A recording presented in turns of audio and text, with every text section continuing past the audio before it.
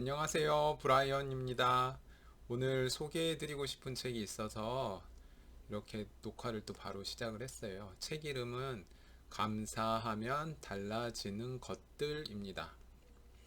이 책을 보면은 저자가 감사가 얼마나 중요한지 이제 본인이 살아오면서 체험한 것들을 이렇게 써 놓은 건데요.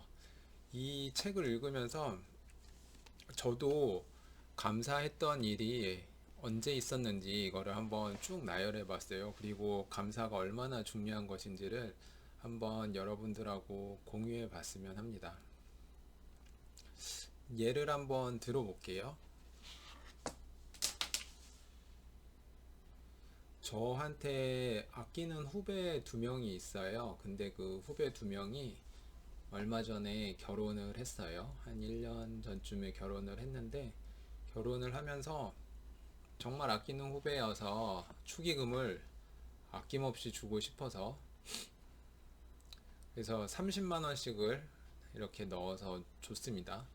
이게 저한테 축의금 주는 기준에 있어서 30만 원은 제일 친한 경우에 이제 30만 원 주고 조금 친하면 10만 원 그리고 좀 안 친하면 5만 원 이렇게 주는데 아무튼 축의금 30만 원을 그 두 명의 친구에게 각각 줬어요. 근데 한 명의 친구는 그 신혼여행을 가서 조그마한 선물을 사가지고 온 거예요. 그리고 어, 결혼식 바쁘신 와중에도 와주셔서 정말 감사합니다, 선배님. 그리고 축의금을 이렇게 많이 챙겨주셔서 또 감사합니다. 그러면서 손편지를 써가지고 이렇게 선물을 저한테 준 거예요. 그리고 다른 친구는 축의금 30만 원 줬는데 솔직히 뭐 제가 기대한 건 아니지만 그냥 신혼여행 갔다 온 다음에 아무런 뭐 그 연락도 없고 그리고 뭐 솔직히 뭘 사오길 바란 건 아니었지만 그래도 비교가 되더라고요. 그리고 벌써 이제 결혼을 한지 얼마 시간이 흘렀는데 그럼에도 불구하고 가끔씩 그때 축의금 많이 준 거에 대해서 그 첫 번째 후배는 감사의 표시를 항상 하고 근데 또 두 번째 후배는 그냥 그때 축의금 30만 원 받고 끝이에요, 그냥. 네. 그래서 그 두 명을 놓고 봤을 때 감사를 하는 후배와 감사할 줄 모르는 후배. 나중에 제가 만약에 관리자가 돼갖고 무슨 승진의 기회가 왔을 때 아랫사람 중에서 누군가를 승진 대상자로 놓아야 하는 순간이 왔을 때 아무래도 제가 감사를 잘하는 후배한테 페이버 호의를 좀 더 줄 수밖에 없을 것 같아요. 여러분이라도 좀 그럴 것 같지 않아요?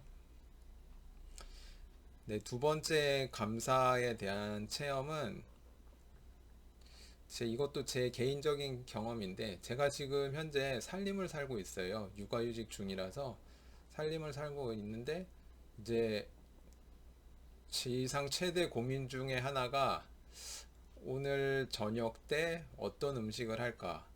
이게 정말 고민이에요, 매일매일. 근데 이제 딸아이 둘이 모두 이게 입이 짧아갖고 음식이 맛없으면 잘 안 먹어요. 그래서 어쩔 때는 제가 힘들게 땀 삐질삐질 흘러가면서 1시간 가까이 노력해서 음식을 만들었는데 아이들이 음식을 남기니까 너무 화가 나는 거예요, 저도 모르게. 그리고 막 소리치게 되고 막 이거 남김없이 다 먹어. 너의 건강을 위해서야 라고 소리를 치긴 했지만 사실 솔직히 건강을 위해서라기보다는 나의 노력에 대한 보상, 감사의 말을 못 들으니까 저도 모르게 좀 화가 났던 거예요. 그래서 이 상황을 어떻게 바꿀까 생각을 하다가 딸아이들한테 감사하다라는 생각을 내가 스스로 가져야겠다라는 마음가짐을 가졌어요. 예를 들면은 평소와는 다르게 딸아이들이 뭐 제 음식을 다 남김없이 먹어줬을 때는 정말 고마워, 맛있게 먹어줘서 고마워, 그런 감사의 표시를 했고요. 그리고 또 다 먹고 나서 그릇을 싱크대에 가져다 놓으면은, 전에는 그냥 당연한 걸로 생각을 하고 막 지시하듯이 막 시켰었는데, 그렇게 일을 도와주면 접시 갖다 줘서 너무 고마워, 이렇게 감사하기 시작을 했어요. 근데 웃긴 거는, 그렇게 감사하기 시작하니까 제 스스로 기분이 좋을 뿐만 아니라 딸아이들도 서서히 변하기 시작한 거예요. 음식을 먹기 전에 어느 순간부터 딸아이들이 감사히 잘 먹겠습니다 하고 말하고, 그리고 다 먹고 나서 이렇게 맛있는 음식을 준비해 주셔서 감사합니다 하고 인사를 하는 거예요. 제가 시킨 적도 없고 강요를 한 적도 없었는데, 어느 순간 이 감사하는 습관이 제가 시작을 하니까 딸아이들도 이게 시작되더라고요. 그래서 너무너무 신기했고, 그리고 그 감사의 말을 주고 받는 순간 저도 기쁠 뿐만 아니라 딸아이들도 기뻤고, 이 감사를 들을 때 기분이 좋은 것도 있지만 감사하다라고 말할 때도 기분이 좋아지더라고요. 그리고 이 책에서도 보면 나와 있지만, 이 감사할 거리를 계속 찾다 보면은 어느 순간 세상의 모든 것들이 감사할 것 투성이인 거예요. 예를 한번 들어볼게요. 법륜스님을 제가 정말 좋아하는데, 법륜스님한테 상담하러 오는 이제 학부모님들, 어머님들의 대부분의 걱정거리가 뭐냐면은, 맨 처음에 이런 어머님이 들어오셔서 이렇게 걱정거리를 말씀하세요. 아이고 스님, 저희 애기가 맨날 1등을 하는 아이였는데 이번에 무슨 일인지 시험을 못 봐서 반에서 5등으로 떨어진 거예요. 그래서 이걸 어쩌는데요, 이렇게 고민을 하는 엄마가 들어왔다가 고민 상담을 하고 나갔어요. 그 다음에 또 어떤 어머니가 들어오셨어요. 아이고 스님, 저희 애가 지금 반에서 중간 성적밖에 안 돼요. 전에는 한 10등 안에는 들었었는데 이제는 중간 정도밖에 안 돼요. 그러니까 스님이, 아이고 방금 전에 들어왔던 애 엄마는 1등 하다가 5등 돼 갖고 지금 걱정이라고 들어왔는데, 그러니까 그 아주머니가, 아이고 5등만 하면은 내 소원이 없겠다 그러면서, 그게 무슨 걱정이래요 그러면서 툴툴거리며 나갔대요. 그랬더니 그 다음에 다음 차례 또 다른 아주머니가 들어오셨어요. 아이고 스님, 큰일 났어요. 우리 애가 대체 학교에 갈 생각을 안 해요. 학교를 안 가고 아유 걱정돼 죽겠어요. 그랬더니 스님이, 아까 전에 왔던 아줌마는 자기 아들이 성적이 중간 정도, 반에서 중간 정도밖에 안 된다 그래서 막 걱정이도 많고, 그러니까 그 아주머니가, 그게 무슨 걱정이라 그래요. 반에서 중간만 되고 또 학교도 잘 나가잖아요. 그러면은 그게 무슨 걱정거리예요. 저 같으면 걱정 하나도 안 살겠네. 하나도 안 하고 잘 살겠네. 그러고 나갔대요. 근데 좀 이따 또 들어오니까, 아이고 스님, 저 걱정이에요. 우리 아이가 사고를 쳐서 지금 소년원에 갔어요. 그런데 어이구, 아까 아줌마는 보니까 학교 안 가서 죽겠다라고 하던데. 그러니까 그 아주머니가, 아이고 학교 안 가는 게 무슨 걱정이에요. 사고 안 치는 것만 해도 얼마나 좋은 건데 걱정거리 하나도 아니다. 그러고 나가셨어요. 그 다음에 마지막으로 아주머니가 들어오셨는데, 얼굴 표정이 굉장히 어둡고 계속 울고만 계시더래요. 아이고 스님 어떡해요. 우시면서 하시는 말씀이, 우리 애가 사고로 죽었어요. 그러면서 흐느끼시는 거예요. 그러니까 스님이 말씀하시기를, 방금 전에 어떤 아줌마는 자기 아들 교도소 갔다고, 소년원 갔다고 걱정이던데, 그랬더니 그 아주머니가, 그게 무슨 걱정이에요. 그래도 살아는 있잖아요. 그러니까 정말 우리가 감사할 거리를 찾으면은 감사할 거리는 셀 수 없이 많은 것 같습니다. 감사할 거리는 정말 찾기 시작을 하면은 셀 수 없어요. 지금 우리 딸아이들이 건강하고 아픈 곳이 없이 학교 잘 다니는 것도 정말 감사한 일이고, 그리고 제 와이프 건강하게 잘 직장 생활 하는 것도 감사한 일이고, 그리고 우리가 그 얼마 전에 읽은 책 중에 하나가 Factfulness라는 책인데, 그 책을 보면 이런 부분이 나와요. 세상에는 아직도 신발 없이 사는 사람이 무수히 많고, 차가 없이 지내는 사람도 무수히 많고, 그리고 집안에 물이 안 나오는 사람도 무수히 많고, 그게 물이 안 나오는 것뿐만이 아니라 당연히 따뜻한 물이 없는 사람도 무수히 많고, 그리고 취사할 수 있는 가스레인지나 뭐 인덕션이나 이런 게 없는 사람들도 무수히 많고, 하루에 2달러 미만의 돈을 가지고 살아가는 사람도 무수히 많고, 우리는 어떻게 보면은 차도 있고 집도 있고, 그리고 따뜻한 물도 콸콸콸 나오는 집에서 살고 있잖아요. 그거 자체가 전 세계적으로 봤을 때 상위 10% 안에 드는 삶을 우리가 지금 살고 있는 거예요. 근데 우리는 항상 주변 사람들과 비교를 하죠. 주위 사람들과 비교를 해갖고 늘 자기 자신을 이렇게 힘들게 만들어요. 그래서 이 저자가 하는 이야기가 가장 우리가 해서는 안 될 일 중에 하나가 뭐냐면은 남을 부러워하는 거래요.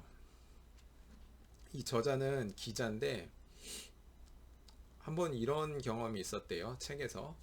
아는 분 중에 한 분이 세계적인 기업가여서 폴춘 500대 기업, 그리고 이제 뭐 세계적인 자산가 뭐 이런 순위가 있나 봐요. 거기에서 이제 그 친구분이 300위권에 진입을 하셨어요. 그래서 막 기뻐하시다가 그분이 리스트를 위에, 자기 위에 누가 있는지 이게 리스트를 점점점 보다 보니까 자기보다 20위 위에 자기 친구가 있었던 거예요. 근데 그거를 보자마자 갑자기 사람이 우울해지는 거예요. 아, 이 녀석은 뭐, 내 뭐 학창 시절에 뭐 나보다 뭐 공부도 못하고 뭐 어쩌고 저쩌고 이러는데, 그러니까 그 순간에 그 저자가 봤을 때는 어이가 없었던 거죠. 이 300대 부자임에도 불구하고 자기보다 위에 있는 다른 부자를 부러워하면서 자기 자신을 비관하고 있는 모습을 보면서 참 어이가 없었던 거예요. 근데 어떻게 보면은 제3세계에서 사는, 예를 들어서 사하라 사막 이남에 살고 있는 아프리카 사람들 입장에서 우리를 봤을 때 우리들이 불평불만 하고 있는 거는 어이가 없는 거예요. 일단 우리는 신발도 있고, 신발도 한 켤레만 있나요? 신발장 열어보면 한 사람당 10켤레씩은 있죠. 신발뿐입니까? 차도 있고, 그리고 뭐 전세가 됐던 월세가 됐든 우리는 살 수 있는 따뜻한 집이 있고, 그리고 그 집에는 물을 열면 수도꼭지를 틀면은 24시간 따뜻한 물이 항상 콸콸콸콸 나오는 그런 따뜻한 물도 있고, 정말 감사할 일들이 너무 많아요.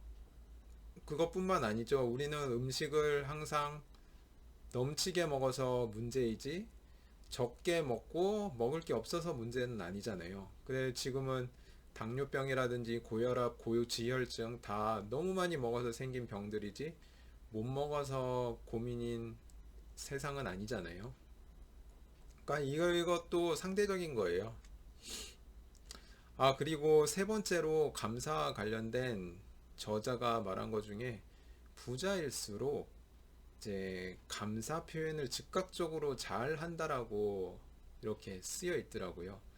근데 이거는 재밌는 사실은 제가 이거를 실험을 한번 해봤어요. 제 지인들 중에 어떻게 보면은 굉장한 부자도 있고, 굉장한 부자라면은 뭐 한 100억대 부자 이런 분도 있고, 그냥 저랑 비슷한 분도 있고, 아니면 저보다 못 사시는 분도 있고, 이렇게 카테고리를 나눠 갖고 요즘에는 카톡에서 보면 생일 생일이 언제인지 이렇게 알려주잖아요. 그래서 생일 때마다 선물을 제가 항상 지인분들에게 보내봤는데 그 지인들로부터 오는 피드백이 참 가지고 있는 부에 따라서 너무 다른 거예요.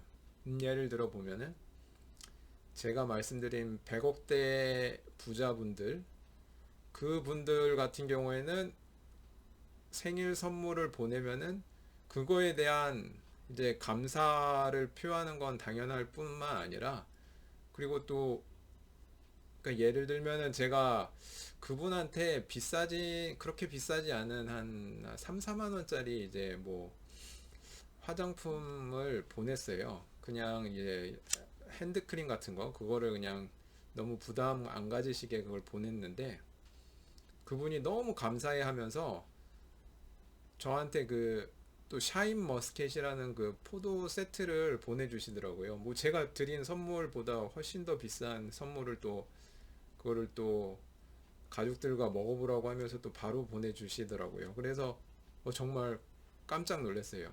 근데 소득이 낮을수록 참 이런 말 하기엔 좀 슬프지만 솔직히 제가 선물을 생일 때 챙겨줬으면은 저도 사람인지라 제 생일 때 챙겨받기를 솔직히 원하는데 근데 잘 뭐 그쵸, 챙겨받지 못한 경우도 있었고 네, 그런 경우가 항상 많아요. 그래서 조금 극단적으로 비교가 되더라고요. 부자인 친구와 좀 가난한 친구의 이제 차이. 음. 아무튼 이 책을 지금 감사하면 달라지는 것들, 이 저자가 이제 영어 원문은 제목이 뭐냐면 The Gratitude Diaries, 이게 영어 원문인데 그러니까 매일매일 감사일기를 쓰는 거예요. 매일매일 감사일기를 쓰면서 본인이 어떻게 바뀌고 우리 그 저자의 가족들이 어떤 식으로 바뀌어 나가는지를 수필식으로 쓴 책이에요. 그래서 이 책을 읽고 나서 저도 어떤 식으로 바뀌어야 될지 이거를 실험해 보고 있어요. 그래서 딸아이들한테 이렇게 감사하다는 말 많이 하고 와이프한테도 많이 하고 그리고 이제 매일매일 생각이 날 때마다 감사의 그 일기를 쓰고 있어요. 어제 같은 경우에 쓴 걸 보면 두 아이 모두 건강하게 자라주어서 감사합니다. 와이프와 저도 건강하게 지낼 수 있게 해주셔서 감사합니다. 따뜻한 집에서 잘 수 있게 해주셔서 감사합니다. 매달 월급을 주셔서 감사합니다. 동생, 아버지 모두 잘 살게 아픈 곳 없이 살게 해주셔서 감사합니다. 아름다운 아내를 주셔서 감사합니다. 아름다운 두 딸을 주셔서 감사합니다. 그리고 신체 건강한 몸을 주셔서 감사합니다. 사람 욕심은 끝이 없다라는 걸 이제 두 딸아이를 지켜보면서도 제 스스로 느끼겠는데 딸아이들이 태어날 때는 정말 하느님한테 기도를 대부분의 분들이 이렇게 기도를 할 거예요. 제발 건강하게만 태어나게 해주세요. 그러면은 아무것도 바랄 게 없습니다. 근데 이게 또 이게 사람 마음이라는 게 어쩔 수 없는 게 이제 딸아이가 학교에 가고 시험을 봐서 이제 시험 성적을 받아오면은 시험 성적이 학교 평균보다 낮으면 조금 기분이 안 좋아지기도 하고 어떻게 보면 옛날에 내가 했던 기도를 항상 이게 잘 까먹는 거예요. 그때는 정말 건강하게만 태어나게 해주세요 하느님 이렇게 기도를 했는데 지금은 이제 공부도 잘하게 해달라 그러고 그러니까 사람의 욕심이 끝이 없는 것 같아요. 그래서 이 모든 거를 항상 내려놓으려고 노력을 하고 있고 이 책은 그러한 과정에서 큰 도움이 될 수 있을 거라고 생각이 듭니다. 아무튼 이 책 한번 기회 되시면 읽어보시고요. 오늘 북 리뷰는 여기까지 하고 다음에 또 찾아뵙겠습니다. 안녕히 계세요.